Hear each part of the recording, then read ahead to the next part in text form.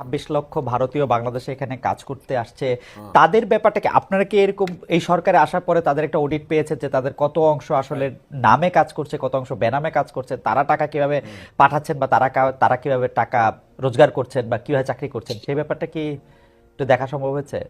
উল্লেখযোগ্য সংখ্যক ভারতীয় এখানে চাকরি করেন এবং তাদের বেশ একটা অংশ কিন্তু আসলে ঠিক প্রপার এমপ্লয়মেন্ট ভিসা নিয়ে অনুমতি নিয়ে এখানে চাকরি। बांग्लादेश ने हिंदुस्तान को बड़ा जोरदार झटका दे दिया है। हिंदुस्तानियों की चीखें निकल आई हैं। किस तरह से तुर्की ने भी एक किस्म से बड़ा बम गिरा दिया है, क्योंकि तुर्किश मेड जो ड्रोन हैं वो आ चुके हैं बांग्लादेश में, और फिर बांग्लादेश अब हिंदुस्तानियों को निकलने का कह रहा है। जो घुस बैठिए 26 लाख हिंदुस्तानी बांग्लादेश में काम करते थे इलीगली और लीगली, अब बांग्लादेश ने उनको कहा है कि भाई यहां से निकलें, हमें अब बर्दाश्त नहीं होगा। आप हमारे झंडे जलाएं, आप हमारे खिलाफ किस तरह से विरोध करें, आप हमारे खिलाफ एक पूरे का पूरा एक वो कैंपेन चलाएं, और हम आपको घुसपैठियों को बांग्लादेश में अब जगह दे, ये नहीं होगा। अस्सलाम वालेकुम व्यूअर्स, मैं हूं एहसान खान और आप देख रहे हैं यूट्यूब चैनल एहसान रिएक्शन विद एहसान। मैं उम्मीद करता हूं आप जहां भी होंगे एंजॉय करते होंगे, मजे में होंगे और फिटफाट होंगे। आज जुमातुल मुबारक है, आप सबको बहुत बहुत मुबारक हो। बड़ी डेवलपमेंट है, बड़ी खबर है जो आपके साथ शेयर करनी है। नंबर 1 कि अब बांग्लादेश के जो फॉरेन मिनिस्टर हैं तौहीद साहब, उनकी तरफ से भी स्टेटमेंट जारी हो गया है, वीडियो क्लिप भी है, देखेंगे।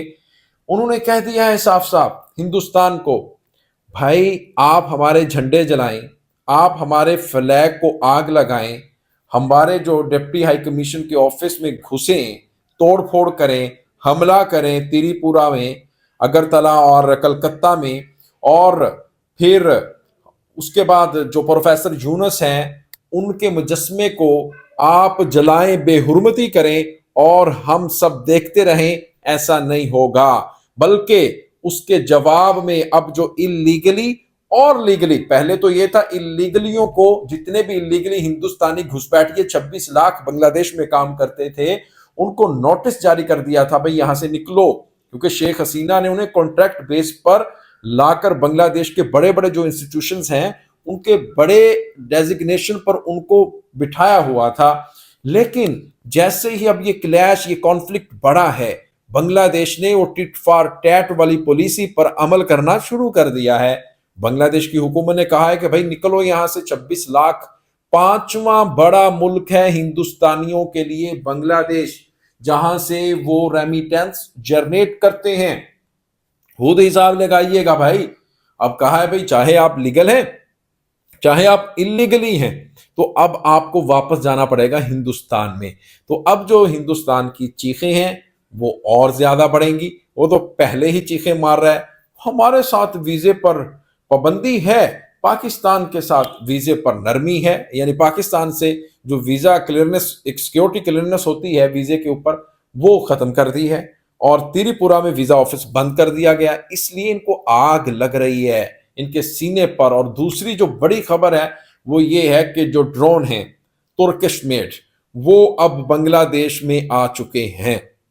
ये एक ऐसी खबर है, उस वक्त आए हैं जब हिंदुस्तान धमकियां दे रहा है, जब हिंदुस्तान बांग्लादेश को थ्रेट कर रहा है। और तीसरी बड़ी खबर यह है कि पाकिस्तान पूरे जोर से, पूरी ताकत से अपने बांग्लादेशी भाइयों के साथ खड़ा हुआ है। इसलिए हिंदुस्तान इस वक्त बुखलाहट का शिकार है, घबराया हुआ है। आइए ये वीडियो देखते हैं, बहुत इंटरेस्टिंग वीडियो है, अंत तक जरूर देखना है दोस्तों इस वीडियो को आपने, फिर हम इसके ऊपर बात करेंगे।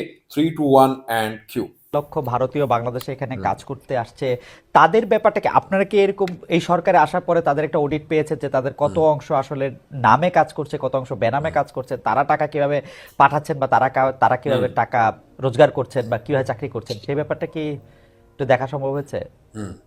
দেখুন, এটা নিয়ে কিন্তু আমরা এখনো ক্যাম্পেইন যেটা চালানো সেরকম কোনো কিছু আমরা করিনি। তবে আমরা সবসময় জানি যে একটা উল্লেখযোগ্য সংখ্যক, আমি কিন্তু সংখ্যাটা বলতে পারবো না, আমার মনে হয় কেউই এক্সাক্ট সংখ্যাটা বলতে পারবে না। উল্লেখযোগ্য সংখ্যক ভারতীয় এখানে চাকরি করেন এবং তাদের বেশ একটা অংশ কিন্তু আসলে ঠিক প্রপার এমপ্লয়মেন্ট ভিসা নিয়ে অনুমতি নিয়ে এখানে চাকরি করছেন না। কারণ আমি জানি যে এক দুজনের কথা, মানে অন্যান্য দেশের এক দুজনের কথা জানি যে অনেক ফর্মালিটি আছে, সেগুলি করে তারা চাকরি করছেন। অনেকেই ট্যুরিস্ট ভিসা এসে তারপরে যেভাবেই হোক আগে পিছিয়ে করে কাজ করছেন। আর টাকা নিয়ে যাওয়া তো আপনি জানেন যে কোনো সমস্ত পৃথিবীতে এটার কোনো সমস্যা না, হুন্ডি আছে সমস্ত পৃথিবীতেই, হুন্ডির মাধ্যমে তারা টাকা নিয়ে যেতে পারেন, এটা কোনো তেমন কোনো ব্যাপার না। এটা ঘটছে। তবে আমরা অবশ্যই নীতিগতভাবে আমরা চাই যে ঠিক আছে, যেখানে আমাদের তাদের জন্য কর্মসংস্থানের সুযোগ আছে এবং আমাদের মার্কেটে যদি ডিমান্ড থেকে থাকে, ওয়ার্ক মার্কেটে, জব মার্কেটে, তাহলে সেটা যদি তারা আসেন, সেটা নিয়মের ভিতর দিয়ে আসতে হবে এবং work permit, proper work permit নিয়ে আসতে হবে। এটা নিয়ে এখনো কোনো ক্যাম্পেইন কিন্তু আমরা শুরু করিনি, তবে এ ধরনের একটা কথা প্রচলিত আছে। আপনারা কি এখনো পরীক্ষা করে মানে দেখছেন না, বা এটা নিয়ে আসলে কোনো মানে আপনি কি যেটাকে ক্যাম্পেইন বলতেছেন, এটা কোনো একটা দেশ আমার দেখতেছে যে ভারতীয় কতজন এখানে কাজ করছেন বা কেন কাজ করছেন, বা তারা বাড়তি সুবিধা নেওয়ার জন্য? কারণ কেউ কেউ বলেছেন যে গত সরকারের সময় ভারতীয় লোকজনকে অবাধেই কাজ করার সুযোগ দেওয়া হয়েছে, কেউ কেউ বলেছে যে ভারতীয় লোকজন থাকলে তাদের বিভিন্ন জায়গায় অনুমতি পেতে সুবিধা হয়েছে। আপনাদের প্রায়োরিটিতে কি যারা এখানে চাকরি করছেন তারা, মানে ভারতীয় যারা চাকরি করছেন তাদের ওয়ার্ক পারমিট পরীক্ষা করা, তাদের অন্য বিষয়গুলি পরীক্ষা করা, টাকার পাওয়া, কত টাকা তারা এখানে খরচ করছেন, সেইগুলি কি মানে এই মুহূর্তে? এ সম্বন্ধে সঠিক এবং খুব বিস্তারিত তথ্য আমার কাছে নেই। তবে আমি নীতিগতভাবে বলতে পারি যে যারা কাজ করছেন তারা যদি ওয়ার্ক পারমিট নিয়ে কাজ করে থাকেন, তাহলে সেটা তো অবশ্যই তারা লিগালি করছেন। যদি ওয়ার্ক পারমিট ছাড়া করে থাকেন, তাহলে যে কোনো সময় তো তাদের বিরুদ্ধে মানে কি তাদের এমপ্লয়মেন্টের বিরুদ্ধে ব্যবস্থা নেওয়া যায়। এটা ভারতের আইনেও আছে, আমাদের আইনেও আছে। Ambassador Hossain, sorry adviser Hossain, আপনি কি এইটা দেখতেছেন যে ভারত বাংলাদেশের বিপক্ষে বলছে যে তারা চিকিৎসার জন্য ভিসা দিবে না, ভিসা একরকম বন্ধ রেখেছে, বাংলাদেশ থেকে কাজ করতে রোমানিয়া যাবে, যেহেতু বাংলাদেশে এমবাসি নাই, ওদের এখানে এমবাসি আছে, সেটার জন্য তারা ভিসা দিচ্ছে না।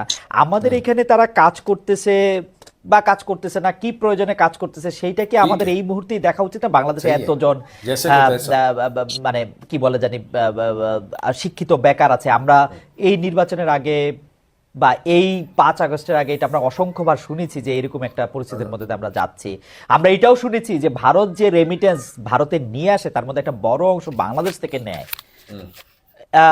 এইটা দেখুন, আপনি সর্বশেষ যে তথ্যটা দিলেন এটা কিন্তু ভারতীয় পত্র পত্রিকাতে আমি দেখেছি, আমি বাংলাদেশের কোনো পত্রিকায় দেখিনি। ভারতীয় পত্র পত্রিকাতে বা তাদের স্ট্যাটিস্টিক্সে দেখেছি যে বেশ বড় একটা অঙ্ক এখান থেকে রেমিটেন্স হিসেবে যায় এবং সেটা সম্ভবত ওয়ার্ল্ড ওয়াইড ভারতে যা রেমিটেন্স আছে তার 4th বা 5th পজিশনে। व्यूअर्स, आपने ये वीडियो देखी है किस तरह से अब जो बांग्लादेश के जो फॉरेन मिनिस्टर हैं, वजीर खारजा, प्रधानमंत्री, और फिर वो हिंदुस्तान के बारे में कैसे, अब देखें कि जो हिंदुस्तान एक टाइम ऐसा था जब कहता था कि भाई हमारे तो लोग ही बांग्लादेश में काम नहीं करते, लेकिन फिर खुद बांग्लादेश के ही एक हिंदुस्तान के ही एक टीवी चैनल के ऊपर रिपोर्ट चली कि लगभग 20 लाख 20 से 26 लाख जो हिंदुस्तानी हैं वो बांग्लादेश में काम करते हैं, जॉब करते हैं।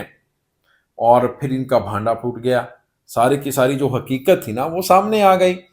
और फिर जो रेमिटेंस है इनका, जो एक इकोनॉमी के ऊपर एक बैंक है, एक रिपोर्ट है वो सामने आई, उसके मुताबिक 5वां बड़ा मुल्क है बांग्लादेश, जहां से रेमिटेंस सबसे ज्यादा ये जनरेट करते हैं हिंदुस्तानी घुसपैठिए। अब वो उनका वक्त आ गया उनको निकालने का, अब उनको निकाला जाएगा बांग्लादेश से हिंदुस्तानियों को। अब आपका इसके ऊपर व्यूअर्स क्या कहना है बताइएगा कमेंट सेक्शन में, क्या निकालना चाहिए या फिर नहीं निकालना चाहिए? क्योंकि त्रिपुरा के अंदर बांग्लादेशियों का बैन है, बांग्लादेशी ना ही रेस्टोरेंट में जा सकते, ना ही होटल में स्टे कर सकते, वीजे की पाबंदी लगा दी गई है।